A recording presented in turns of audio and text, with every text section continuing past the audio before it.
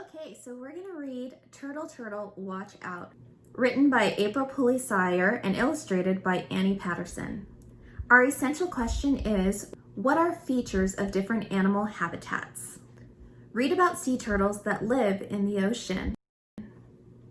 Late one night on a beach in Florida, a baby turtle's story begins. It could be a short story or no story at all, if not for helping hands. Turtle is only an egg now. Her mother's flippers cover her with sand. Hungry raccoons watch, and when Mother Turtle crawls back to sea, furry feet scurry. Noses sniff, paws dig. Turtle, turtle, watch out! Young hands holding a flashlight scare the bandits away. If we look on page 166, what do you think they mean when they say a turtle's life begins? It can be a short story or no story at all. What do you think that means?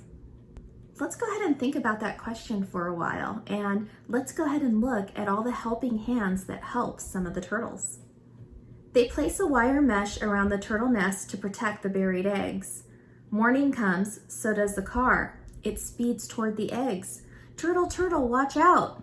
The car stops. Hands have to put up a painted sign. No driving on the beach, the sign says.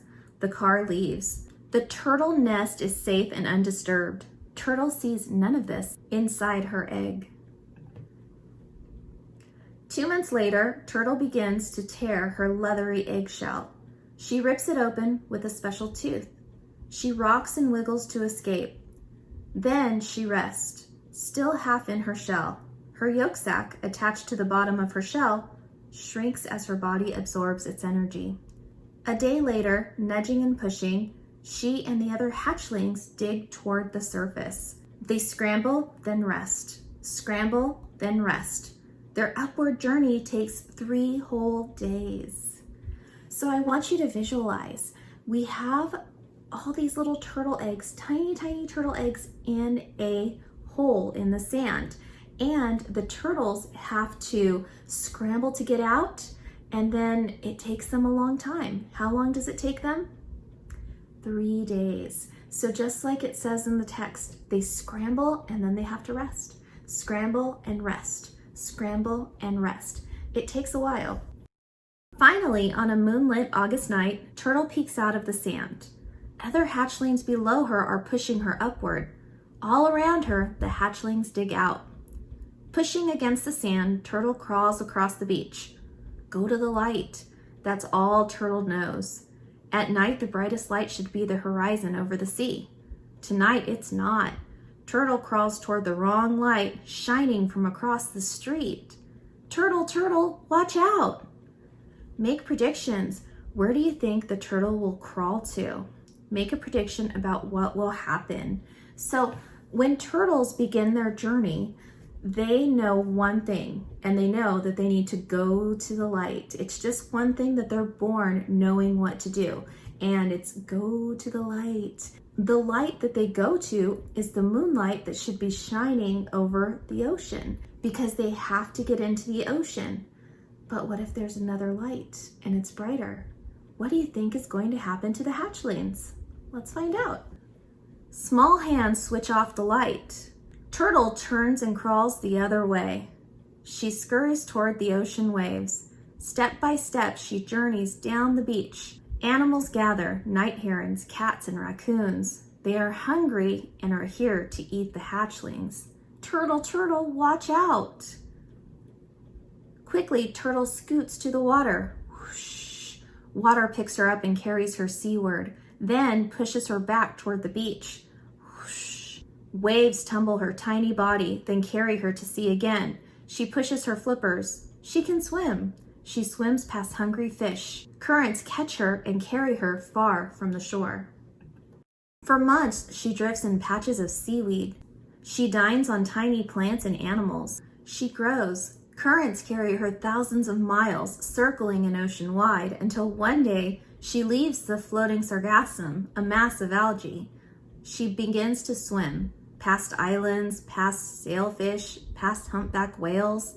She reaches a coral reef where she spies a tasty jellyfish. Turtle, turtle, watch out! Now let's look closely at that jellyfish. Is it a jellyfish? Splash! Quick hands dip down, grabbing the plastic bag. It looks like a jellyfish, but it is not. It could choke a turtle or clog its belly. Turtle swims onward. She looks for other food. As she grows, her jaw cracks open conches, crabs, and clams. For 20 years, this is her turtle life, until one day she feels restless. It is time for her to travel far and fast. She flaps her flippers like underwater wings. She swims and swims past ships sailing and sunken. 3 sharks see her. Turtle, turtle, watch out! Make predictions. What do you think will happen with the sharks? Make a prediction about what will happen. Turtle and 3 sharks? I don't know. What do you think's going to happen? Let's see. The sharks pursue her. No hands can help her now. She swims faster and faster and finally escapes. But she does not see a shrimper's nets rushing toward her. Turtle, turtle, watch out! In an instant, she is swept into a net. It drags her down, down. She needs to surface to breathe. The boat pulls, tumbling her to the back of the net. She is almost out of air. When she slips through an escape hatch, she is free. Months before, weathered hands had sewn that hatch into the net, just so sea turtles could escape. Sunken but safe, Turtle swims on. She meets a male turtle and they mate. Later, under a summer moon, Turtle swims toward the breaking waves. Thud. Her heavy body hits the hard shore. It is the same beach where she hatched, but now things are different. Now she is a mother turtle about to lay her eggs. One day those eggs will hatch. The tiny turtles will begin their journeys scrambling across the sand, and some will make it with a little luck and fast-moving flippers and the help of many hands. Isn't a turtle's journey amazing? They swim for years and years and years, and then they come back to the beach that they were born at to lay their eggs. Turtles are not mammals, so they do leave their young. They just leave their eggs and then they go on their way. But those hatchlings will have the same journey as their mother. So it's an amazing story. So let's go ahead and check out the information about the author and illustrator. April Pulley Sire has always loved science and writing. As a child, she liked to watch birds, flowers, and insects. Now she writes books about snails, crabs, bumblebees, desert toads, whales, birds, and many other creatures. April has even written about dust.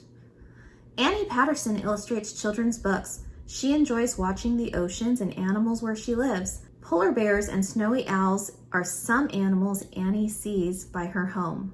Author's purpose. When authors repeat words in their writing, we call it repetition. Authors use repetition for a purpose. Why does April repeat the sentence, turtle, turtle, watch out? Why do you think the author continues saying, turtle, turtle, watch out, over and over again?